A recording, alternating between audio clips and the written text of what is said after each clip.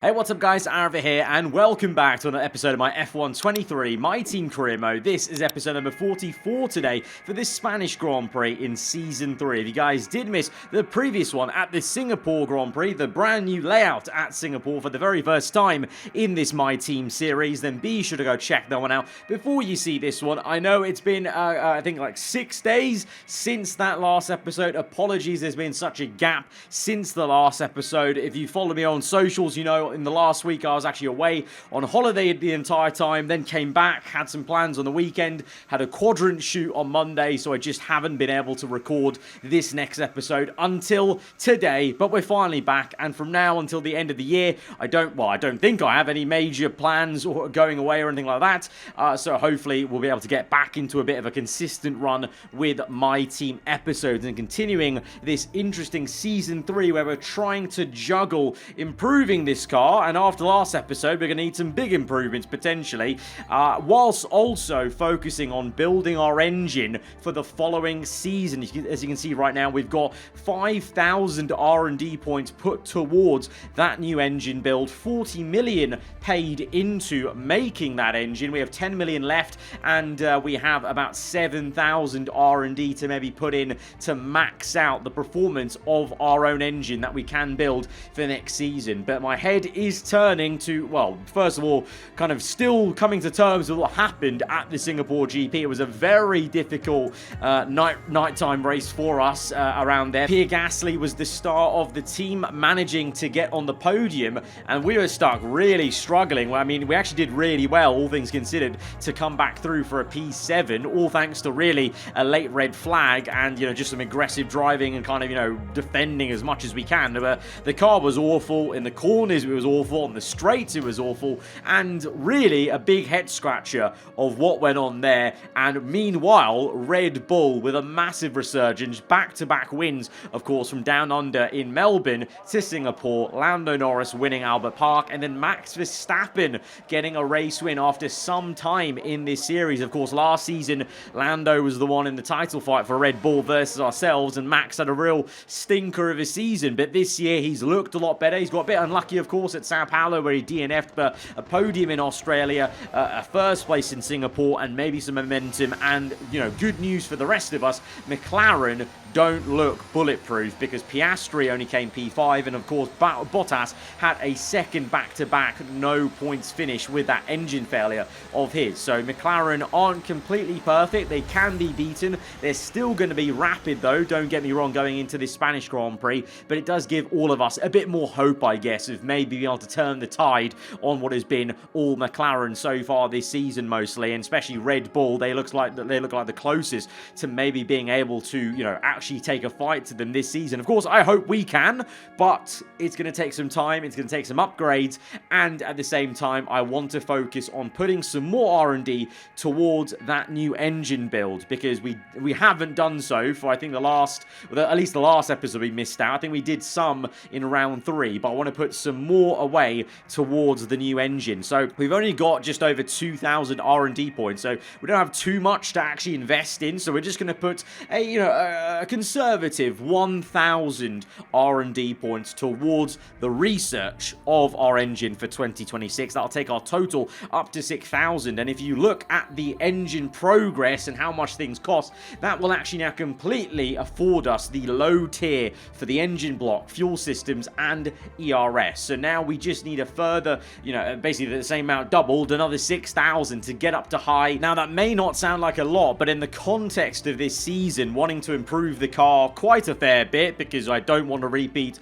of what happened at Singapore, we are going to need to pour R&D right now into the car. And so that other 6,000 to get up to mid or high tier engine building for Season 4, I think maybe a little bit of touch and go, depending on, it's a 16 round calendar. We've already had 4, we're on round 5 now. We're on reduced R&D. We're not earning as much. We earned quite a bit at the start of the season because of how many weeks weeks you're going through in the calendar system and the activity timeline. So I think it's going to be difficult, and we definitely do need to pour some R&D. And surprisingly to me, the biggest area we need to improve on rapidly is, ironically, the engine for this year, the Renault power unit we have, because we somehow went from the best engine on the grid, or top 3 at least, at the end of Season 2, to now we've got the worst engine on this grid. Now, this may just be some fuel upgrades and ERS upgrades for the other AI teams,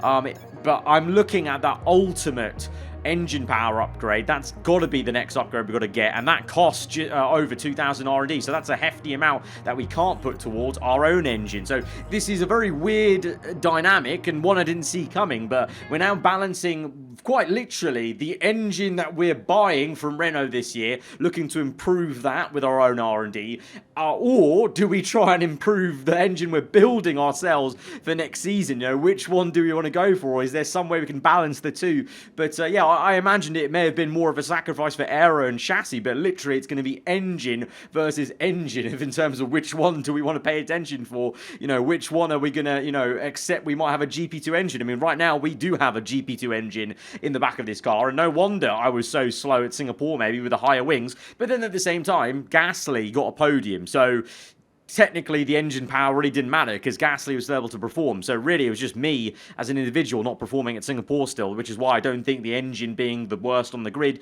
is so bad, because, you know, relative to every other car, we've still got the best chassis, we've still got the best aero, and the gap from bottom to top on the engine side of things may not be as large as it looks on the chart necessarily, and clearly Gasly did well. So I mean, it's just for me then to kind of correct, I guess, and not have a stinker like we did at the new Singapore layout. So I'd be lying if I said that Singapore didn't knock my confidence in the car, in myself versus Gasly as a teammate in the car, what we can do. So we need to reset a bit, but unfortunately also the timing of that race was unfortunate because I literally haven't played the game now for well over a week since I recorded that Singapore episode, so the game was feeling a little bit rusty, having to dust off the cobwebs off the steering wheel and get back into the action, into rhythm of F1 23 and this My Team car, getting to grips with it on the second flying lap, finding just over 0.2 of a second to go from P13 to P11, which is matching Gasly at the moment, up in P10 there. So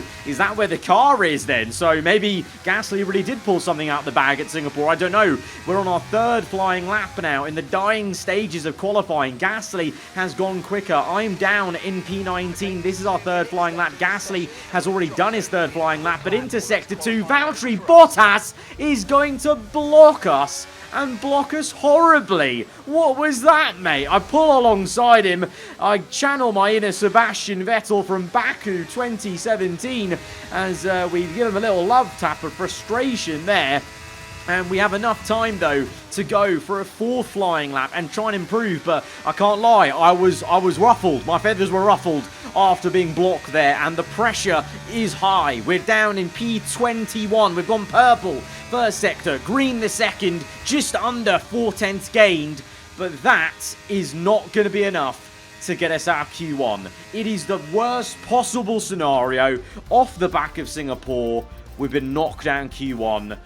Legitimately, yes, Bottas did block me, and that ruined my momentum a little bit and my confidence because the pressure was really on then on that last lap, but I didn't deliver on the last lap anyway. And, you know, like in Singapore, I've got a, like a 6/10 gap to Gasly. I mean, in Singapore, the gap was 0.8, wasn't it? I think in qualifying, or 0.9. So I've got a bit closer to Gasly, I guess, relative, but he's only in P10 to be fair. So maybe that's where he's going to be qualifying, you know, if he makes it through into the top 10 shootout. So it's maybe not all bad in terms of, you know, the car really has taken a step back with that engine power deficit. But for me, I need to be at least matching where Gasly is, and this just isn't good enough. This is not good. We need to pull ourselves out of this rut, and this needs to be a comeback of dreams at Spain. Welcome along everyone to sunny Spain, specifically to the Circuit de Barcelona Catalunya. So many great moments in Formula One history have been written at this very track over the years, including Michael Schumacher's first win for Ferrari back in '96. That win was in the rain. We might have better weather here today, but we're just as overjoyed to be at the Spanish Grand Prix. It's an updated track at Catalunya, and we welcome the removal of the chicane in the final sector, shortening lap times and reducing the total running to 2.9 miles and 14 turns. This was actually the original setup for the track, and it hasn't been used since 2007. So with the race not far away from starting, here's what today's grid rundown looks like. Oscar Piastri lines up on pole position, and Valtteri Bottas will line up alongside. Considering the rest of the grid, we have Verstappen, Norris, Russell, Sainz, Leclerc, Mick Schumacher, Gasly, Albon, Fernando Alonso, Ocon, Ricciardo, Magnussen, Perez, Teo Pourchaire, Tsunoda, Stroll, the owner driver, Hulkenberg, Liam Lawson, and Logan Sargent. It's almost time for those 5 red lights to go out then. Let's see who can prevail today. Natalie Pinkham, a lot of talented drivers out on the track today, but what will stand out for you? Formula One never sits still. That's something that is so compelling about it as a fan. I love the fact that they're always pushing boundaries, always asking questions, always challenging how we can do better and create more performance, more entertainment, more technological advances. And we take the viewers with us on that journey, and I think that's why it's so thrilling. It's certainly not been the most ideal return to the F1 game with this series, with this episode, but we're going to look to turn it around in the race. I've never been great at qualifying anyway, so let's bring on Sunday and let's try and get a shake on and dance this car through up this grid, because a lot of these cars we should be overtaking pretty damn quickly in the initial stages of this race, and then it's going to be about where our race pace is at. Gasly, if you looked at the grid sequence, has only qualified in P9, so that really is maybe where the car is around Spain, unlike in Singapore where he was able to get on the front row and go onto a podium. So in a weird way, will the race pace be even tougher than Singapore around Spain? I hope not. Let's find out as we go to 5 red lights. So a rather doom and gloom Spanish Grand Prix. Lights out, and we are underway. It's a really slow start for Yuki Tsunoda in the AlphaTauri. The same for the Sauber of Perez as we cut right, cut left to try and now go to the inside of Teo Pourchaire and Ricciardo in the Alpine on the left, but having to be cautious with Magnussen going real slow through turn 1. He almost goes backwards by 2 positions as we have to just make our way through the first few turns and try and avoid as contact if we can. We made a slight little love tap on Pourchaire, so just checking my front wing on the heads-up display. Don't think there is any damage, and we stay ahead of Sergio Perez at least in the Sauber, but not the electric start I wanted. I feel like we could have maybe literally got 3 more positions into turn 1 through turn 2 if I maybe placed the car better, was a bit more aggressive, but it is what it is. You have to just survive the opening few laps sometimes of a race and then settle into a rhythm, and we're already doing that as we get the Williams, and we're up into P15 now. Gasly up the road. I think he's overtaken a couple of cars and sits ahead of both Aston Martins as we've got Oscar Piastri leading the charge. It was a 1-2 front row lockout for McLaren. They're looking mighty quick here as they try and bounce back from a difficult Singapore Grand Prix where Bottas retired and Piastri for the first time was not on the podium as we overtake Magnussen in a straight line there on lap 2 with ease. You know, we may have a GP2 engine, the worst on the grid, but we have one of the best chassis, one of the best aeros, which means a lot of drag reduction, a very lightweight car, so it accelerates well. So it may just be we have to overuse the ERS a little bit and get down to some single digits at the end of the race to really push the engine in a straight line to overtake. And like I said at the start, maybe most of the upgrades these guys have on our team, on the engine side, maybe it's just fuel, maybe it's ERS power, it may not be pure engine power. per se. So right now, things are looking okay. I'm actually able to attack the Alpine cars, whereas remember at Singapore, I think it was Ocon who was chasing me down, remember, at Singapore quite a few times as we go wheel to wheel with our old teammate from Season 2. Daniel Ricciardo gives us a little good fight in Sector 3, respectful enough, and we're going to get that move, and then once again line up his teammate in the same sector, the Alpine wobbling a little bit on the rear end. All of us, you can see in the top left here, are on soft tyres, so equalised tyres, but once we get to the top 10, a lot of them will be on mediums, and that's where we can maybe make a difference just before the tyre wear starts to kick in. But the strategy for me, it looks like it's going to be soft to the hard compound. I don't know what the guys on mediums are going to do, and I don't know if some of these soft tyre runners are going to try an audacious, aggressive one-stop onto mediums. But for me, I'm learning from my lessons of previous races. This My Team car just hates mediums, so I'm staying off it. I'm going to the hards. As we now focus on our teammate Pierre Gasly on lap 5, looking to make a move on Mick Schumacher on the inside, the Mercedes on the outside. He'll be on the inside for the defensive into turn 2. They've all held up Albon and Alonso, and we're going for the outside move, channeling our inner Fernando Alonso on the outside of turn 3. We've got the home favourite, well, he's one of them, and we've also got Alexander Albon, 2 for 1 on Aston Martins today, up into P10, into the points for the first time on lap 5. I don't think that's too bad. I think we made very good progress, but the fact that Gasly has only just now overtaken Mick Schumacher, and look at the gap from Gasly to the next car on the minimap. You can't even see where the dot is on the minimap. So that's worrying. Is this where the max potential pace of this car is? Who knows? Right now, we're just going to try and get Schumacher, and then we'll see what we can do on Gasly. It may just be the fact they're on medium tyres, and like I said, the mediums don't work well on the My Team car. As we go left, we go right, we don't know where to go versus Mick Schumacher. He's looking to overtake Gasly. Gasly kind of almost backs him up into turn 1. A little bit of teamwork potentially there saw from myself and Gasly as we overtake the German to get up into P9. Now we can set our sights on our own teammate, but it's going to take a bit of time, I think. Lap 8, we're closing up with DRS, but then as we get closer, we're going to get hit with a bit of dirty air as we go through Sector 1.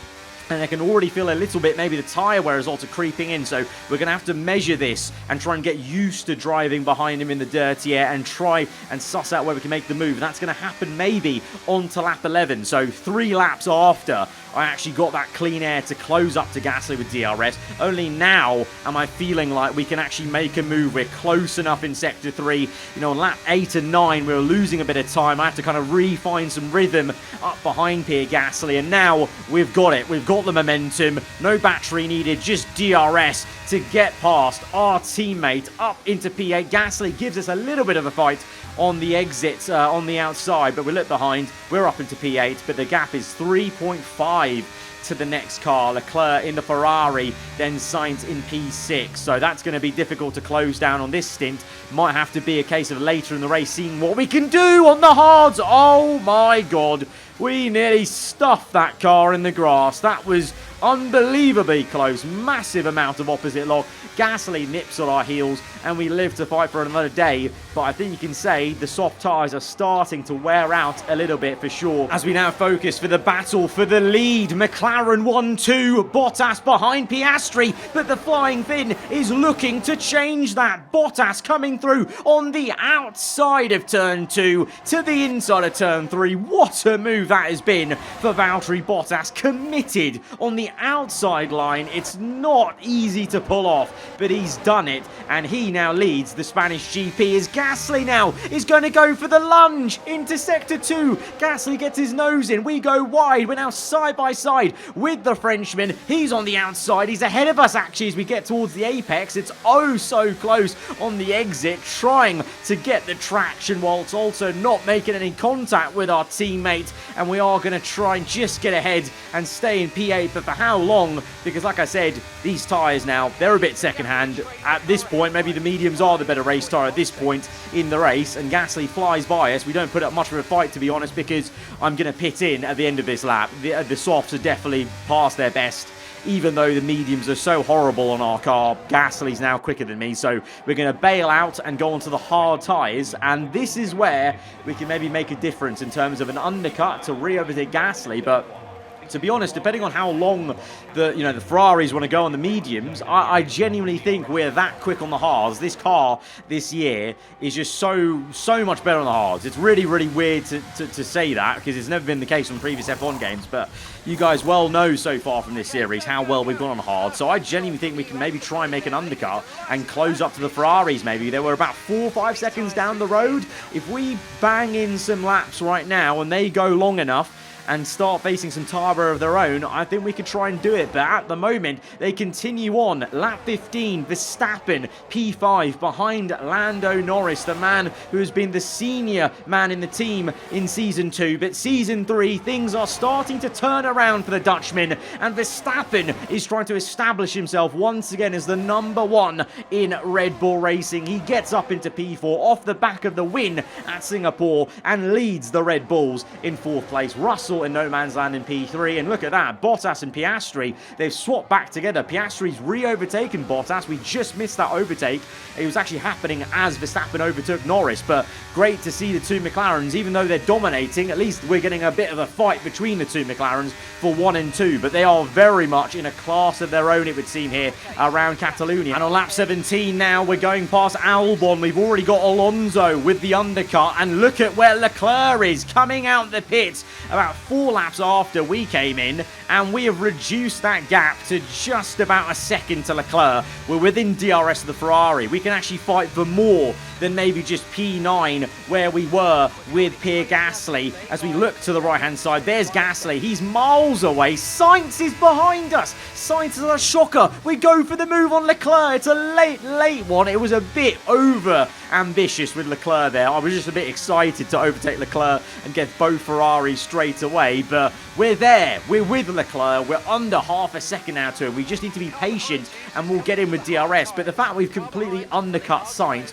showed how bad the tyre wear was for the mediums at the end of the stint. I mean, Gasly's fallen away so much so that he's behind the Aston Martin, both of them, and maybe more people. I don't know. I think he's outside the top 10 now for sure, as we gain on Leclerc. 6% battery, not wanting to use any of it and waste it as we go for the move to the inside. There's Lando Norris as well, as Leclerc's very aggressive with his defensive move. My God, we nearly made contact with the man from Monaco for the second time into turn 1. This time it was maybe his fault as he lunged through to try and re-overtake us and use Norris to maybe block me. I checked for vehicle condition. There is no damage, and we're now behind Lando, who's struggling versus Verstappen. He's lost 3.5 seconds to Verstappen over the course of that stint since getting overtaken, and now he's vulnerable to us. He has no DRS. He's going to be a sitting duck on this straight. We've opened our rear flap. No ERS needed. He goes defensive to the inside. We're going to duck to the left and go for the outside move and take it nice and easy. Give him a bit of room because he is still there. Few marbles on our tyres,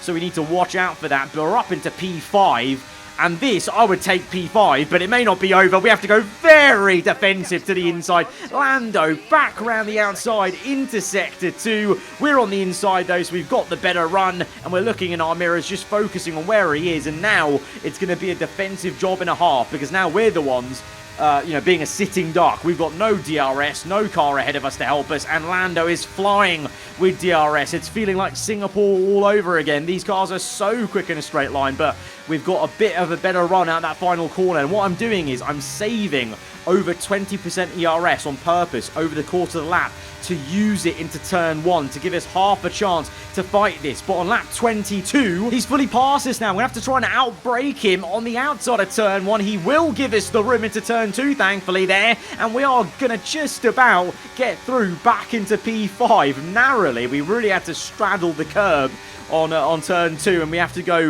with a little bit of a squeeze, and he's still there. Lando fighting hard to get this P5 bit of contact made. This is becoming an absolute classic battle around Catalonia as the Red Bull is just about edged ahead for a split second there of us, but we get the traction and we remain in P5.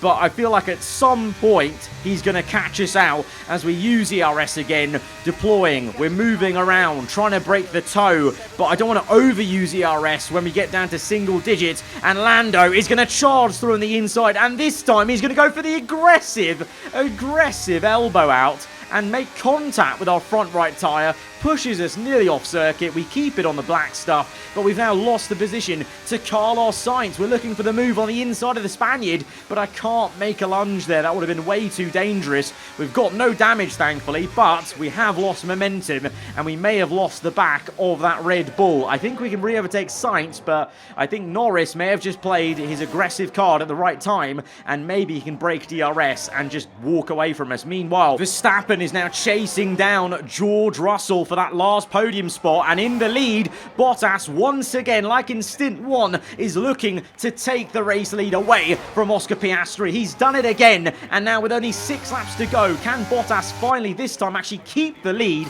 as we see Verstappen get up into 3rd place? And meanwhile, further down the road, we're looking to get back past Carlos Sainz. We're going to fly through, bit of ERS needed just to make sure we get past him into P6. But Lando, he's 8 tenths, 9 tenths. Oh, there you go. 1 second, 1.1. In the flash of 2 corners just there, Lando pulled away by 3 tenths. That's not great for us. That's not great. Meanwhile, Russell is coming back at Verstappen. Mercedes v Red Bull. Russell v Verstappen on the outside of turn 1. Verstappen's going to get the elbows out, though, and like Bottas did earlier in the race, he goes back around the outside at turn 2 and keeps P3 for now. Will Russell make a dive to the inside? I wonder. No, he's going to just stick behind and keep the pressure applied onto lap 30. 3 laps to go in this Grand Prix. Verstappen leading the way, but he's locked up. Oh, it's a horrible mistake for the Dutchman. Big mistake for the Dutchman. Didn't see that coming at all. I thought he would have had this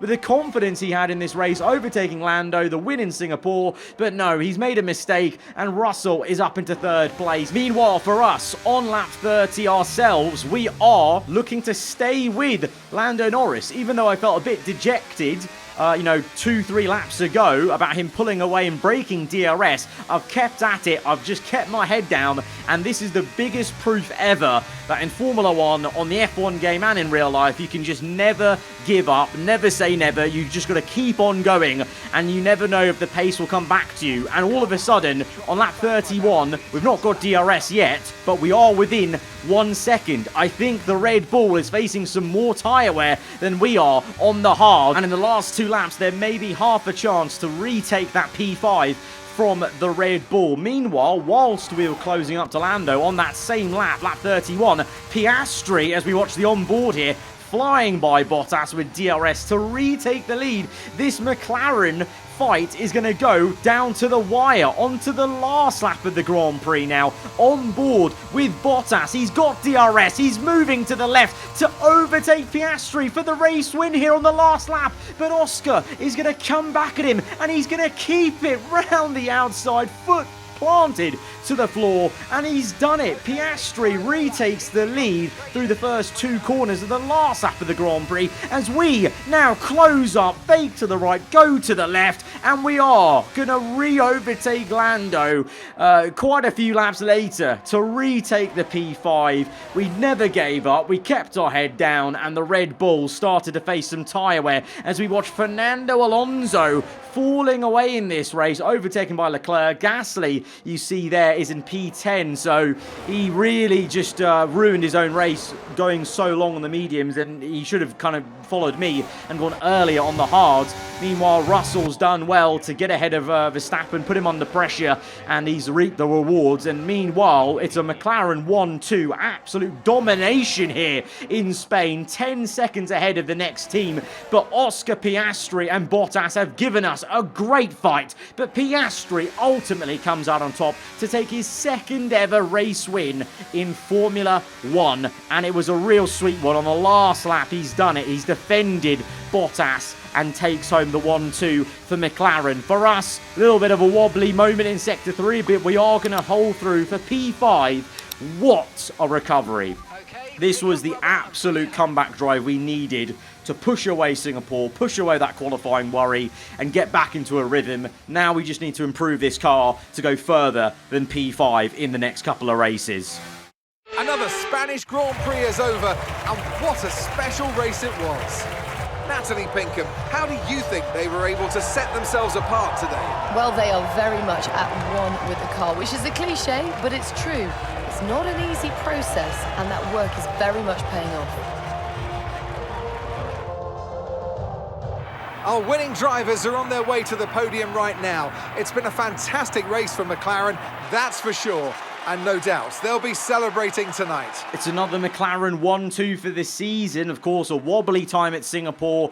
Bottas coming off the back of 2 no-points finishes, so he really needed to get on the podium minimum. He would have loved the win, of course. He gave it his all. I really thought he was going to do it, actually, on the last lap there on the outside, but Piastri stays determined on the outside of turn 2 to keep the win. What a race, though. You know, if McLaren are going to dominate this season, at least it looks like when they're both not having issues, we're getting a proper fight. These two are very, very closely matched, so that's going to be really interesting to watch. But Russell P3 on the podium after the Verstappen mistake. For us, P5, not even a very quick race. If you look at the lap times, you know, we're 5/10 off what Verstappen did in terms of a lap time in the race. So there is still a lot of pace to find in this car with upgrades, you know, mainly the engine. I think, you know, engine power is going to be a big one. I think, honestly, ERS as well is going to be a big one for us, because I feel like we are running up ERS very quickly still, to say it's Season 3. So I think they've tweaked the ERS upgrades a bit this year, so you can't actually get maximum unlimited ERS as quickly as you could